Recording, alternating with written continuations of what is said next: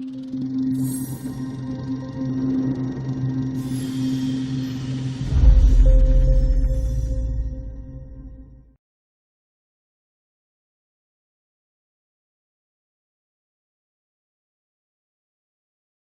the story of the two kingdoms continues, we find a new monarch in the south. Known for being wise and just, he's known as Jehoshaphat, and he spends the first years of his reign fortifying his realm against the north, as well as routing Baal worship by destroying the enemy's cult images. An unnamed biblical writer known as the Chronicler writes this: וימלוך יהושפט בנו תחתיו, ויתחזק על ישראל, וייתן חיל בכל ערי יהודה הבצורות, וייתן נציבים בארץ יהודה, ובערי אפרים אשר לכד עשה אביו. By now, it's not a matter of reuniting the 12 tribes under Jerusalem's rule. It's all about protecting Judah against possible rout by northern armies. Clearly, the 10 breakaway tribes are no longer rebels. They are an independent kingdom to be reckoned with. They have waged their civil war, and they've emerged victorious.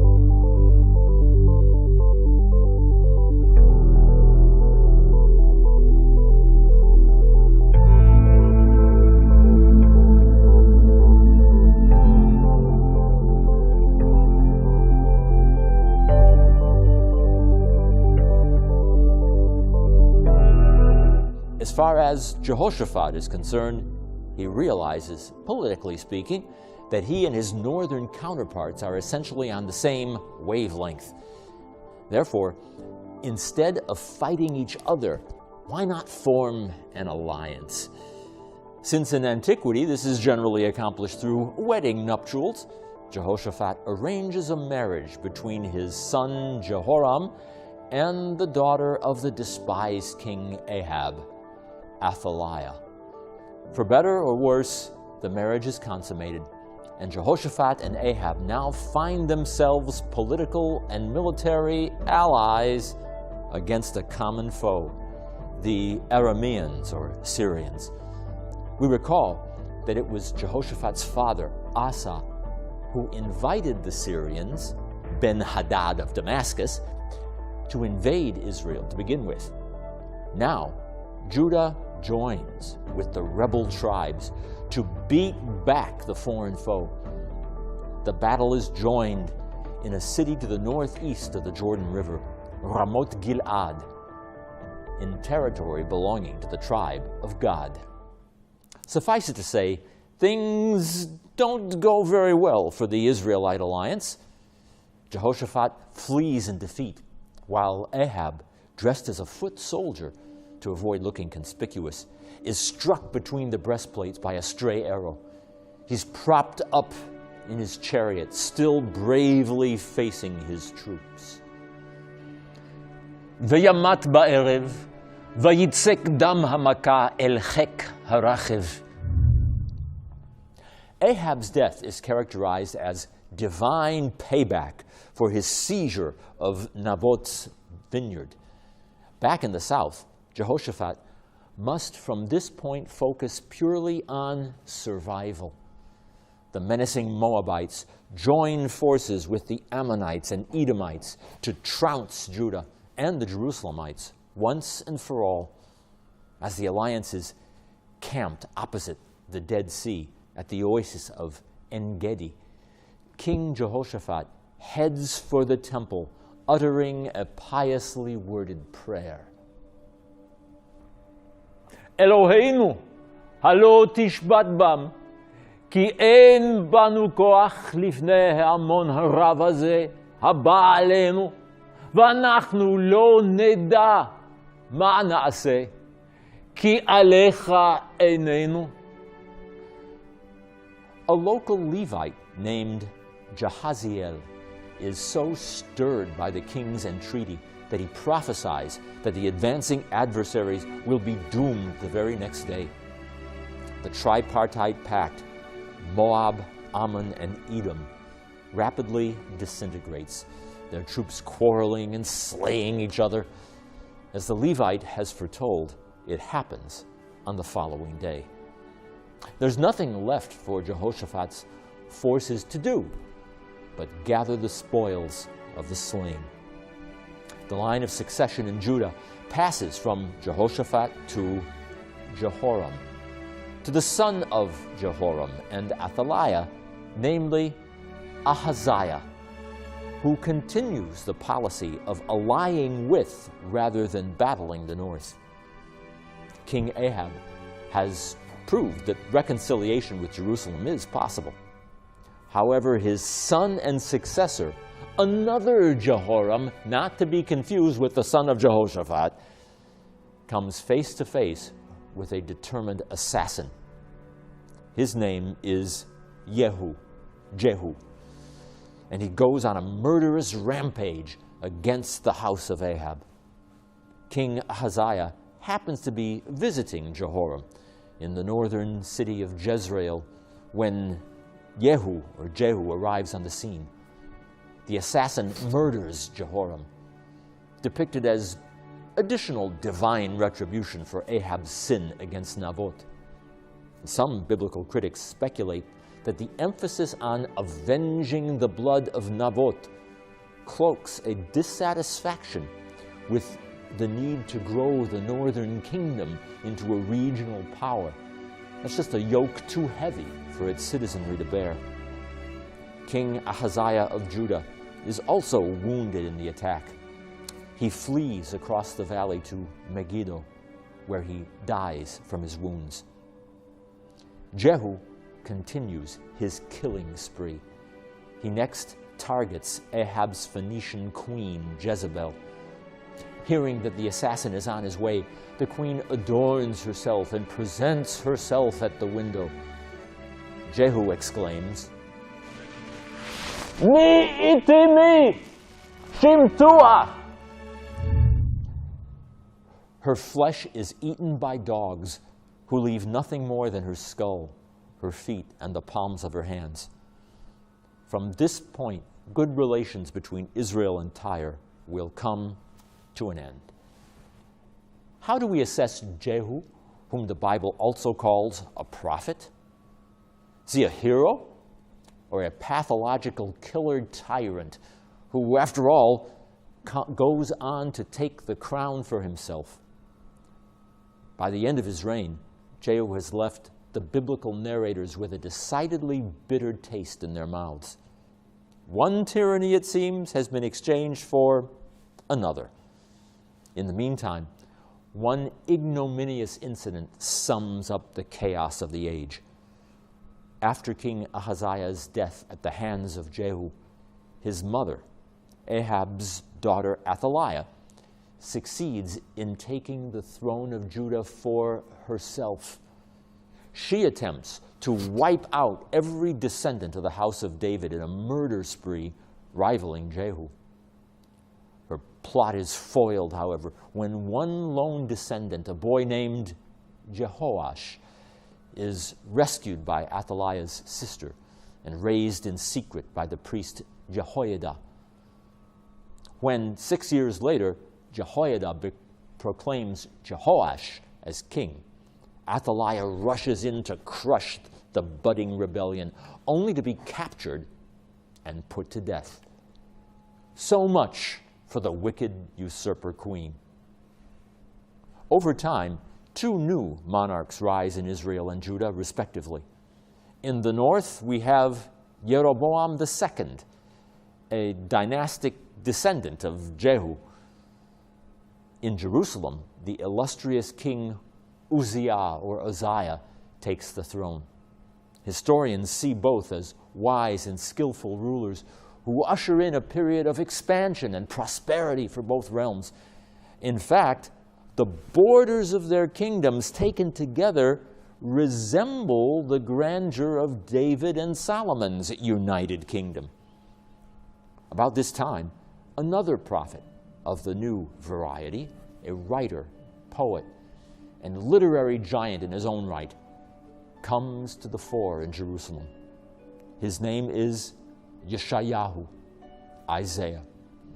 He's a member of Jerusalem's elite class, but he opens his work with a broadside against his own people, especially the ruling class. Hoi goy chote, am kaved avon, zera mereim, banim mashchitim, nazoru achor, tosifu sara, kol rosh lechali, v'chol levav davai.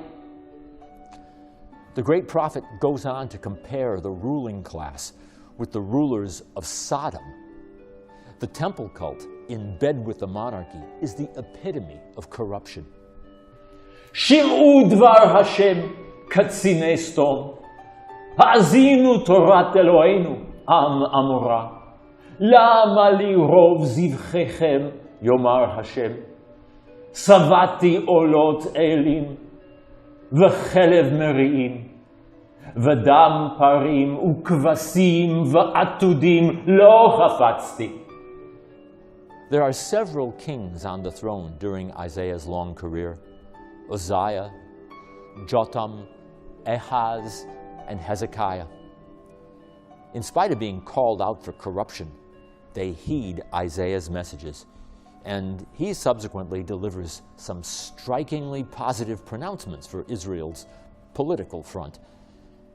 When the armies of Syria swoop down from the north in league with the breakaway tribes of Israel, he declares to King Ahaz that he has nothing to fear. A sign will be given. A young woman, which the ancient Greek translation of the Bible incorrectly renders virgin, will be with child, and you will call him Immanuel, God with us. A second utopian prophecy follows. Ki yeled yulad lamu, ben nitan lamu, v'tahi hamisra al shichmo. Commentators are divided as to whom these cryptic messages refer. Some see reference to the son of Ahaz, the next king in line, Hezekiah, while Christians obviously prefer to see allusion to some future Davidic king and anointed one. In the 8th century BCE, both the northern and southern kingdoms are at their zenith, their high point. Both, however, will go into ignominious decline. Jeroboam II's son, Zechariah, is murdered, and the dynasty of Jehu comes to an end after ruling Israel for a century. Subsequent northern kings make alliances with Damascus and with Egypt, trying to keep at bay the dominant new power of the Near East, Assyria. But all attempts to forestall the inevitable are of no avail. In the year 722 BCE, the northern kingdom falls to the Assyrians, who take the 10 tribes into captivity and resettle foreigners in the heart of biblical Israel. They will never be heard from again, giving rise to endless speculation about the 10 lost tribes of Israel. The south hangs on longer. Over the decades to come, Isaiah's messages to King Hezekiah in particular will be of encouragement and optimism, especially as the existential threat of Assyria presents itself right on Jerusalem's doorstep. Isaiah insists that Jerusalem will withstand the Assyrian juggernaut, and that their great commander, Sanherib or Sennacherib, though he prepares to lay siege to the city and choke it off, will leave the battlefield and go home in disgrace. The Assyrians fail in an assault on Jerusalem, their troops being slain in the field, according to biblical tradition, by the angel of death. Not only does Sennacherib retreat, the whole Assyrian evil empire collapses. Having been divinely rescued from the fate that befell the north, a new king, Josiah, goes on to become one of the South's most able rulers. He orders the temple to be cleansed and refurbished. During the renovations, the high priest Hilkiah discovers a long-lost book of the law in the temple and presents it to the king, who tears his garments in anguish over the people's lack of fidelity to Holy Writ. Josiah embarks on a program of religious reform, tearing down pagan altars across the land and slaying idolatrous priests. It's all part of centralizing worship in one place, Jerusalem, and strengthening monarchical power. But was this book of the law the whole Torah of Moses?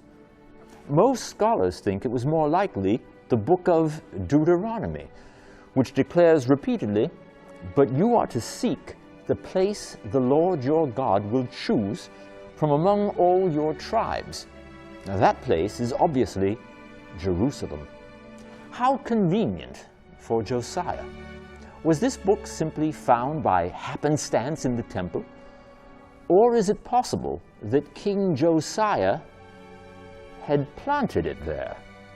Whatever the verdict, it will take more than a century for Judah and Jerusalem to experience the same fate as the north.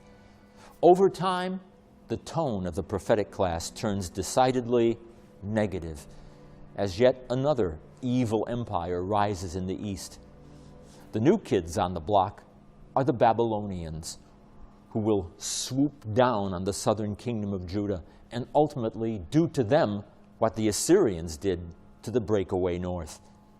The message of two new prophets, Jeremiah and Ezekiel, is that Israel will indeed fall, that it's too late for any kind of national salvation.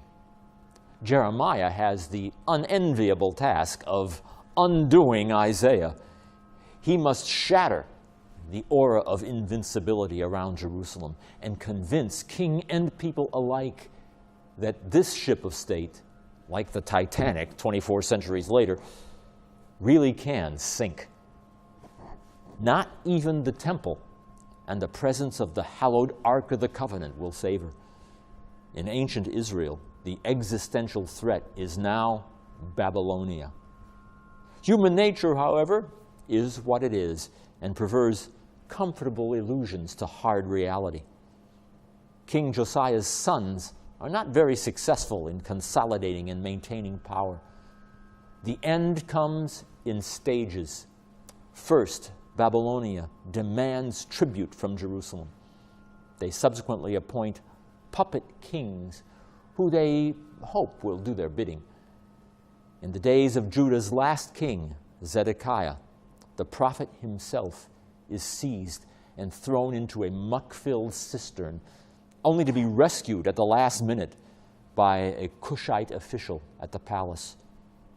Jeremiah declares to the king, ואם לא תצא אל שרי מלך בבל, וניתנה העיר הזאת ביד הכסדים, ושרפוה באש, ואתה לא תימלט מידם.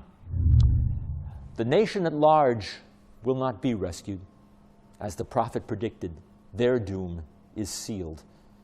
If we compare Jeremiah with his predecessor Isaiah, it's easy to see the prophets as a whole as a conflicted lot, torn between two visions, one of triumphalism, the other national catastrophe. In the near term, as Jeremiah and another prophet of doom, Ezekiel, bear witness, the catastrophic vision wins out. King Zedekiah lends his support to the anti-Babylonian uprising, only to be captured and blinded as his sons are slaughtered before him. Then he's sent away into exile. In his place, the Babylonians set up a puppet governor named Gedaliah. But he is murdered by the rebellious faction, who still believe they can regain their independence. This sets the stage for the final invasion by the armies of Babylon, who in the year 586 BCE put a final end to the kingdom of Judah. The Babylonian king Nebuchadnezzar burns Solomon's fabled temple to the ground and completely destroys the city, taking its inhabitants into faraway exile. It ends where it all began, near the Tigris and Euphrates rivers, the same territory from which Abraham and his family made their long trek to the land of Canaan so many centuries before. Millennia later, the patriots of America must have had all this in mind, especially as one of them, Patrick Henry, delivered a classic address to the Virginia House of Burgesses in which he directly quoted the prophet Jeremiah. Gentlemen may cry, peace, peace, but there is no peace. The war has actually begun.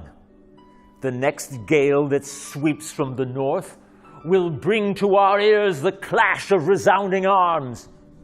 Our brethren are already in the field. Why stand we here idle? What is it that gentlemen wish? What would they have? Is life so dear, or peace so sweet, as to be purchased at the price of chains and slavery? Forbid it, Almighty God. I know not what course others may take, but as for me, give me liberty, or give me death.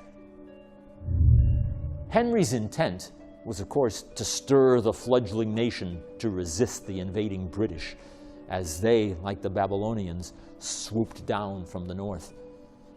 The ancient prophet's burden, by contrast, was to convince as many as he could that the cause was already lost. So it is that prophets and patriots alike are caught between national resilience and catastrophic decline. But as the prophets certainly knew, it's precisely out of the crucible of suffering that the greatest generation may well arise.